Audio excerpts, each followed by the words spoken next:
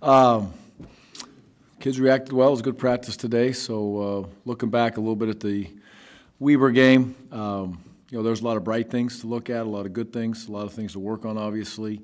And, we've addressed them. I think once again with this team, the key is to keep pushing the youth extremely hard and challenge the veterans also extremely hard to understand what it takes to consistently handle a football game. Those peaks and valleys and those ups and downs, we were not right here, as we like to say, in that game. And many times we're our own worst enemy, which in the first game you always address, you talk about. Can't be your own worst enemy in game one, and a lot of times we were. I thought we were played hard. They're definitely a better football team, and at the end of the day, we found a way to get the victory. But there was some good individual efforts overall, which you guys are very well aware of, and proud of the way the kids competed. Now the challenge is to line up against a Michigan team that is very stout, very physical, and they're an old team. So you look at yourself. First of all, you're traveling across the country and all that stuff. I told the kids yesterday, we'll travel across the country very well. We'll do it how big-time programs do it, and we'll get where we're supposed to be, and we'll get there a day early, and it's an early kickoff. That stuff won't affect us at all. I mean, we practice at 10 o'clock right now, so what's the difference between practicing at 10 or playing at 9? So now that stuff doesn't matter to us. The people who are playing are very physical, and they have a whole bunch of football behind them, and that is the number one concern, physicality. And I think they have 9 starters on offense that are either seniors or graduates already, or maybe one junior sprinkled in there. And it reflects the same on defense, not exactly, but it's a team that has a lot of experience. So excited about the challenge. That is our challenge, to make sure we prepare ourselves to understand it will be a physical game. It'll be a game against an experienced team in their house, and it's a great challenge. We're looking forward to it, and our kids have been to a lot of very good stadiums, some of them, the ones that are old enough to have traveled to a stadium, so they get that. I've been to the Big House a couple of times. It's a great place to go play. It'll be a nice memory for the kids, and hopefully it's one that they'll like to remember. Gary, you haven't shied away from understanding or expressing that this is a different type of game as far as the atmosphere and stuff. Just with such a young team, what are the keys to getting a team ready to prepare for that type of environment? And specifically with Seth starting the game, Coach Baldwin has alluded to that game at Auburn in 2011 with Chucky Keaton when he was a true freshman. So is there anything from that type of experience that you can apply this week? Well, I think Seth has a game underneath his belt, which is invaluable at this point. The challenge for Seth, just like everybody on this team, is to understand who you're playing and what you're lining up against, and take care of yourself first, execute the game plan, and know exactly what type of game it's going to be. And it doesn't take long to throw on the Utah tape, and it doesn't take long to throw on the spring game and see how they competed against themselves in the spring game, and then see how they competed against Utah. And Utah is very physical. They always will be. They always have been. And that was a physical football game, and this one will be no different. They're going to play man coverage on the outside, and if you can't get off press man, then you're not going to complete a pass. And running inside the tackles proved to be very, very tough for them in the spring game, and it was tough last week for Utah to get much going in between those tackles with a tremendous running back that Utah has. So that just leads you to know that it's going to be physical. The challenge for our kids is to understand that it's when opportunity knocks, you have to make plays, and you can't leave plays out on the field when you're playing a defense like we're playing right now. And I think that Michigan's probably saying the same thing. They're going to play against an aggressive defense, and you've got to take advantage of opportunities when opportunity knocks. And so it will be a tremendous challenge, but it's how we're going to handle it is what I'm very interested in, to see how we're going to handle the preparation today for a physical football game was good. We have an extra day. Tomorrow needs to be another physical day for us, and it'll be you better put on your big boy pants for this one, because if you don't, you're going to get run right out of that stadium.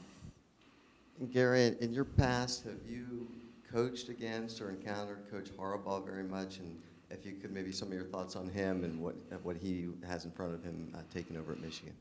I have not. Never met him. Had a couple players that played for him, and obviously he's a very successful coach, and he's at a very, very good place. So there's a lot of good players. I had a pretty good relationship with Coach Hoke and a lot of respect for the way they went about recruiting. Greg, their defensive line coach, who I've known for a number of years, and when I was a young coach, I used to watch tape on his guys play.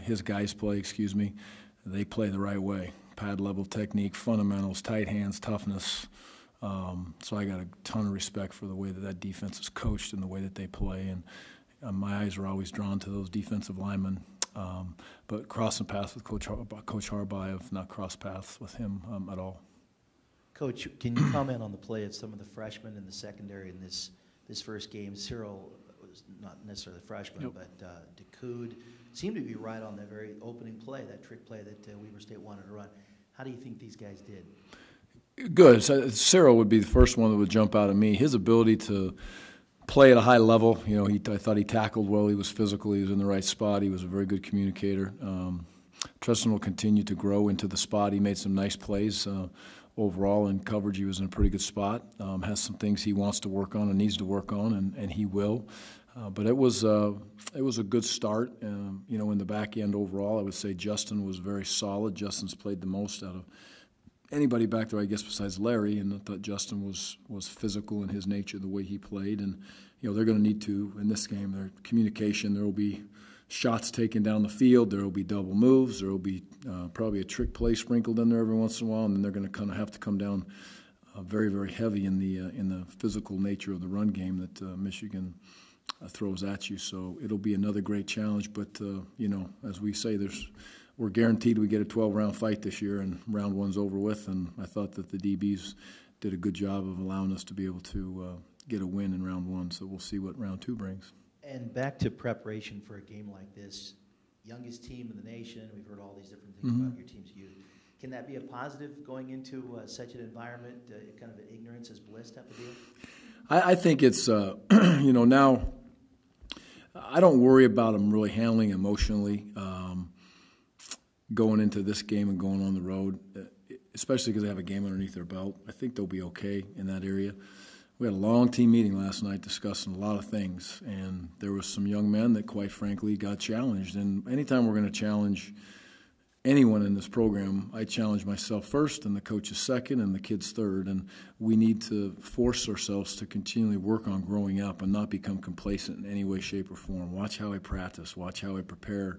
Trying to continually teach kids and give them teammates that prepare the right way, that practice the right way, and let the young kids see it and understand it. So, yeah, I worry about all those things every day. But I don't worry about where we are, but I worry about making sure we are not complacent at all and we keep pushing where we need to be. And we're a long ways away from getting where we need to be.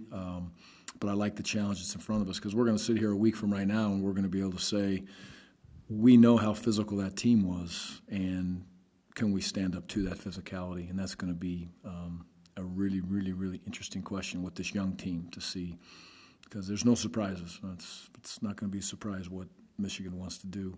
They're going to play physical ball, and we'll see how we stand up to that, where our strength levels are, and so on and so forth with the young team. Coach, in that respect to that, what about your own physicality in this last football game? I thought it was good on the defensive front for the most part. Could improve on the offensive side of the football. We would look for some more creases to be involved in the run game, and that has to do with the offensive line. It has to do with tight ends. It has to do with the running backs. So, again, I look at it all and not pointing fingers at any one of those groups. I look at myself and say, I need to help them be more physical. Coach Woods looks at himself and says, we need to help them be more physical, and that's where we're at. But on the defensive front, it was solid, I thought. And, wide receiver, we did some good blocking out on the perimeter. There were some things that were good on the perimeter, and there was some missed opportunities on the perimeter from running backs, from wide receivers that really cost us. So physicality was, I would say, if I say from 1 to 10, I'd probably say it was a 6 overall, which this week will probably be a 3 if we have the same physicality. When they talked at Michigan about being tentative on their offensive front early in that game at Utah, but Harbaugh said he liked the way that they changed up, were more physical in the second half, ran the ball better. Was that true for you guys to some extent, too? Maybe if you could talk about, does a first game bring a little bit of tentativeness sometimes for almost any pro? I think you're trying to figure out defenses. You know, we got a lot of movement out of Weber State on the defensive side of the football. There was a lot of, blitzes coming off the edge and slanting defensive linemen, which you do that to slow down offensive lines. I mean, that's what you do it for. You don't want to allow them to just sit there and say, okay, there's that guy right there, let's go get him and sick him. And so, we move around, they moved around. That I'm sure that caused a few of those issues. Did we run the ball better in the second half? Yes, we did. I thought the running backs were better. The offensive line movement was better, and we were able to get some creases, which allowed us to, especially the opening drive of the second half, it was probably their best series of running the ball. And we answered a couple drives later, and nice run by Chris to get the ball to the 10-yard line on what was probably a 10 or a 12-yard run. And we have holding on the edge of the defense. We had another one. We ran for a first down and broke it over to the right side, and we had a holding in that situation. So a lot of times in our run game, we're our own worst enemy in big-time opportunities to give us a chance to get into the red zone. We have 5 holding penalties. 3 of those, just right off the top of my head, were unbelievably crucial. And we're not an offense that can afford to get backed up. First and 20 is tough for us. And it's tough for anybody, but it's tough for us when we're as young as we are. We got some talented wideouts, and we'll have to start chucking that ball up to them a little bit more and give them some chances. You've had a few days to look over game film. Has anybody on Michigan, either on offense or defense, specifically stood out to you? They're very talented, obviously, and they recruit at a very high level. And when you look at a team that has the ability to recruit at a high level and then has such a mature team, you're going to have tremendous athletes. So, without pointing out individual names, there's 2 rotations of that defensive front that are very, very good. Apologize for not knowing his name, but 43 consistently jumps off the tape at you, whether it's the spring game or whether it was the last game. But all across that defensive line, they're all big, thick kids, and play the game the right way. Number 5, the returner. I know he's got some tremendous bloodlines, but he is a physical tackler, plays the game the right way. Absolutely talented returner. So he's an elite skill set when you watch him play. But I don't sit back and look at any of them and say, let's go attack that guy. And on the offensive side of the ball, Jacob played against him for 2 years. He's a good quarterback. He's played a lot of football. We've had an opportunity to prepare for him in the past, and he's down those same lines. He's played a lot. He's been in big-time games and big-time moments, and he'll be prepared to play at a very high level, I'm sure, as he moves into this game with that offense. And have you reached out to any of your former colleagues at Utah just to see what to expect this Saturday, or for any pointers, I should say?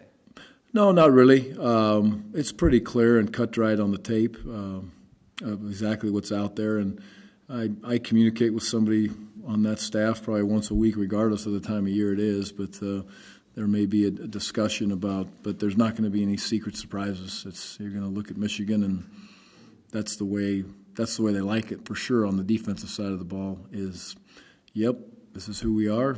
See if you can beat it. And I love that. I love that mentality. I love the way that they play on defense, and it's fun to sit back and watch. It is fun it's a great challenge, but it's also fun to get ready for a team like that, because, again, you will walk out of this game understanding how physical of a football player or a football team you are. After how the quarterback situation kind of panned out on Friday, how has Seth handled things, kind of knowing that he's going to be the starter, at least moving forward in the immediate future? And then conversely, how has Marcus handled that news? No different in either one of their demeanors, and we're still in a position to allow both young men to be able to play. And Seth's going to take the first snap, so that's that magical word of a starter. So yeah, that's out there, and he'll take the first snap. And at this point, it's scheduled for him to get the majority of the snaps. But we have to continue to prepare ourselves as a football team to play the whole year, and giving Marcus an opportunity to prepare, knowing that he has a really, really good opportunity to get into that football game and play, is important at this point, and that's the way we're approaching it, and that's the way we're going about it. And there's no magic amount of snaps, there's no magic series, there's none of that stuff, but it's going to be, Marcus, we really need you to prepare. Probably a little complicated for him to say, you know, when or how is it going to go and when's it going to be, but, you know, it's the process for us right now is to Seth's going to take the first snap. We'll see how it goes from there, but we do want to get Marcus more game time experience. That's important for us now in this game, and I believe it's important for us as we move forward. And then sort of just to go back to, Gary asked about Jim Harbaugh, and obviously that's a huge national thing, and SportsCenter is going to be broadcasting from Ann Arbor this week. How do you feel about kind of, I don't want to say flying under the radar, but you're sort of engulfed in all of this? Do you embrace that? Do you care about it at all? How do you handle that? No, I think you guys know me good enough now that I would much prefer to stay underneath the radar. So that's where I'll remain. So I guess I'm a low-flying, you know, unidentifiable object, hopefully. That's where I would prefer to be, and I want our kids to get all the limelight and the spotlight, and that's just who I'm going to be. And this game is not about a coach or any coaches, and it never will be, in my opinion. It's always going to be about the players, and if we want to sit back and talk about players, we can talk about players all day long, but I'm sure that their coaching staff really is the same way for the most part. Gary, just wanted to make sure I was right on this. As far as playing against Michigan, when you were at Wisconsin, you did not play them? Or? No. Okay. No. But at Utah, you did win a game at Michigan. Mm-hmm. And I'm just wondering, and I know it's a big play, it's probably the largest in college football, but once you start a game, maybe after the first series, and maybe you'll talk to your players about this, but at some point, maybe early, does it just become, hey, it's just another football game, we're on the road, don't make too much of 110,000 people? Yeah, it does, absolutely. You know, it's first of all, and we talked about this last night in the team meeting, these kids go to some really, really hard places to play. Okay, I mean, let's just talk about it. That's they've been to Utah. I know how hard it is to play at Utah. I've been to Oregon. I know how hard it is to play at Oregon. I've been to Oregon State on the other sideline when that place is rocking and full, and it's a hard place to play. So these kids have played in very difficult places, and at some point, loud is loud, right? I mean, if you can't hear, you can't hear. I mean, just because it's so loud your ears are ringing versus that you just can't hear, it doesn't really matter. You're not going to be able to hear. So you prepare for the noise. You prepare for the situation, but it's our kids will do exactly the same thing. They'll prepare the same way. It's a nice locker room at Michigan. I'm sure maybe they've changed it a little bit, but it's a little unique situation for you as they're right across from you as they come out of the locker room. It's much like our place. So our teams cross paths very close when they enter the field for the first time at Michigan. You just happen to cross paths with them even as sometimes as you're preparing and you go up and down the same tunnel. Now, I'm assuming it's the same way. It may not be. I haven't been there for a number of years, but that would be my guess. So it's their players will handle it well. Our players will handle it well, and we get an opportunity to go out and compete. So be the first home game for them.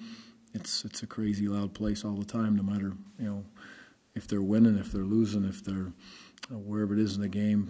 If it's raining, if it's snowing, doesn't matter. It's always going to be full, and it's going to be a crazy place to play. And that's college football. That's part of the fun. Is Nick Mitchell still someone you want to get into a game and give him opportunity and maybe even perhaps some practice? Where does he stand? Yeah, Nick is still in the practice reps, and like I always say, and it's let's make our reps count, not count our reps, and that's exactly where Nick is. And he had some reps today in practice and did some good things, and he'll continue to be able to do that. Mentally, he's right on task. He's accepted his role. Would we like to get him in a game at some point? Yes, absolutely. There's no time frame on that or how that's going to work its way out, but we would like to do that with every young man of that 70 to 75 kids that we put on the airplane that were flying over to Ann Arbor to play this game. We would love to get them all game experience when opportunity presents itself. It's important. There's nothing more valuable than playing in a game if you're going to be a good football player at this level. We can practice all we want, but games are so vitally important. So just like the quarterback position, the backup offensive lineman, whatever it may be, we'd love to get him in, but only if the opportunity presents itself. Coach, and with respect to that, Seth said after the game, he said, I went through my progressions better than at any time since I've been here. Now, is that true based on how he handled himself? And if so, is there an element of being a bit of a gamer in that respect? Yeah. I can't stand that word gamer, so I like the kids that kind of grind through practice, and we're trying to understand what that means. And today's a work day, right? It's not a game day. It's a Monday, but it's really a Tuesday. So I apologize, but tomorrow will be a Tuesday, and it's a real Tuesday. But today's practice is a workmanlike mentality. Seth handled it well. I thought, if we just go rewind to the game, I don't know our offense inside and out, and will never say that I do. Quite frankly, I don't have time to do that. That's why we have 9 coaches. But listening to Coach McGivern and listening to Coach Baldwin, I would agree with that statement as far as him getting into the moment in that game and making some nice reads. There was one particular play where he dropped back. We got another holding call. It was in a big opportunity to convert a 3rd down, and he threw about a 15, 18-yard dig route. It's a great throw. It was a nice catch, executed extremely well, and that's when we needed it. The game was tight. All of a sudden, we had thrown the pick. We came back out. We had gone backwards. Adversity had struck, and that was absolute adversity. It was in the 3rd quarter. I believe there was maybe 4 minutes left somewhere in the 3rd quarter, and we had to do something at that point to get the offense going. Seth did his part. So did the wide receiver as far as getting us moved down the field and change the field position. Well, we held, so it didn't hold up at the end. But that moment was pretty impressive to where it was he could be pushing at that point. He could have made a mistake, and he stayed in the moment, hung in the pocket, and threw the ball in there. So he did a lot of good things. A couple deep balls were right on the spot. Marcus, too. Marcus, the way he threw the ball when he came in, the pick is not Marcus's fault. That has nothing to do with the quarterback is taught to throw the ball to a spot, and the ball was thrown to a spot, and it was a well-thrown football. And what happened from there. The deep ball that he threw early should have been caught. It was a drop. It was right on the money. So, we threw the ball pretty well overall, which was impressive. Both quarterbacks did. Thank you, Coach. Okay, thanks, guys.